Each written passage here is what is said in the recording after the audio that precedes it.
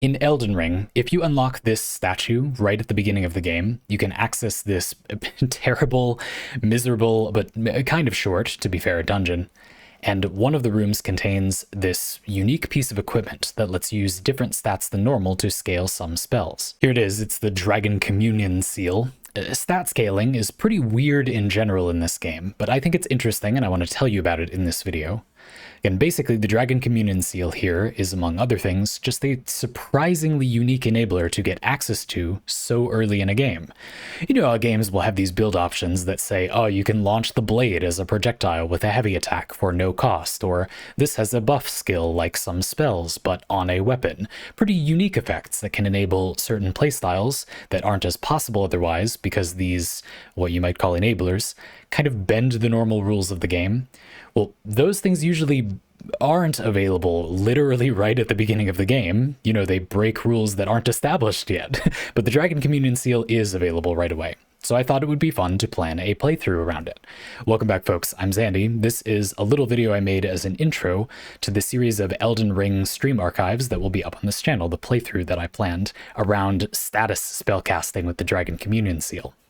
I do want to briefly explain what I think is interesting about this game's build system, so while I jog to the person we need to kill to get the seal, let me briefly explain. It's mostly the stats, so here's an example build from another character of mine. What I like about this stat system is that it creates a lot of different incentives to build certain stats. You might need a certain minimum amount of a stat to be able to use an ability or equip an item. That's the mind and dexterity stats in that example build.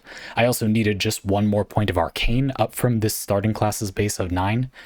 You might try to reach a certain amount of a stat because it's especially mathematically efficient, like getting a relatively high amount of stamina or damage for each level until you hit a certain amount, a soft cap.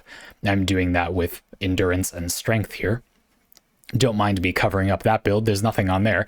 And then of course some stats you'll take as much as you can get regardless. Perhaps leftover points you throw into health, that's the vigor stat, and you're happy to just take what you can get. That specific build is not anything like what I'm going to do for this playthrough, but you get the idea. This kind of stat system with many incentives, encouraging you to build each stat for a few different reasons, while they all compete to be chosen when you level up. Layers of opportunity cost. That can create lots of different playstyles under one build system, and I think it heavily favors your preferences, which is, after all, one of the main points of offering players choices at all. Okay, so sacred seals like the Dragon Communion Seal allow you to cast incantations, which scale with faith by default, but some seals also add other stat scaling, and this seal adds arcane scaling to your incantations. The arcane stat governs status effects like poison and blood loss.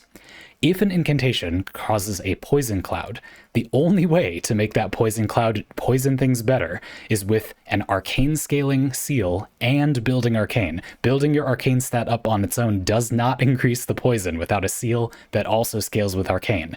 I know that might seem very odd. To a whole other group of you, this entire conversation may be a little weird, because the Dragon Communion Seal also provides excellent raw damage scaling for some reason. Just splitting Arcane and Faith and using that to make your incantations do upfront damage is also very effective with this seal. Anyway, there it is. Now we're in business. Having different tools at different times throughout the game can create really distinct experiences in Elden Ring. Different enemies are very vulnerable and resistant to different effects.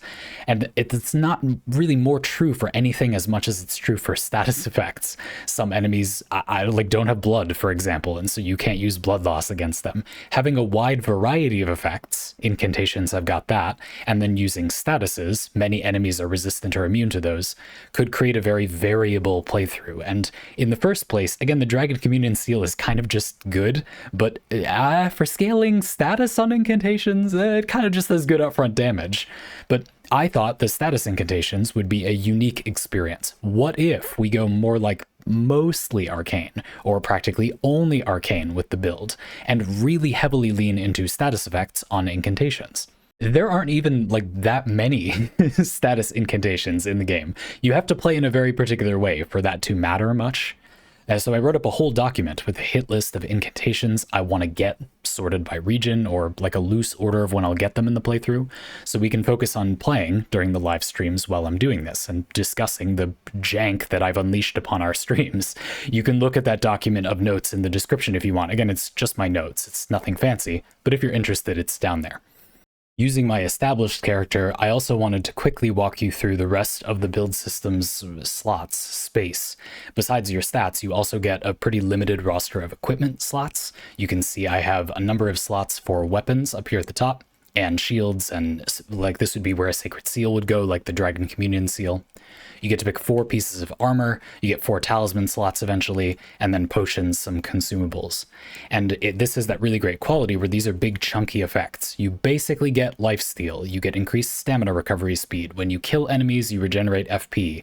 You get 30%, that's how much, it doesn't say, I know, 30% more spell effect duration. Big blocky boosts for each slot. Alliteration. There's a good amount of limited space considerations too. So, 3 weapon slots for each hand, that might seem like a lot, but there are lots of things that are really helpful to switch to. A shield, some kind of casting implement, a seal and or a staff for casting intelligence spells.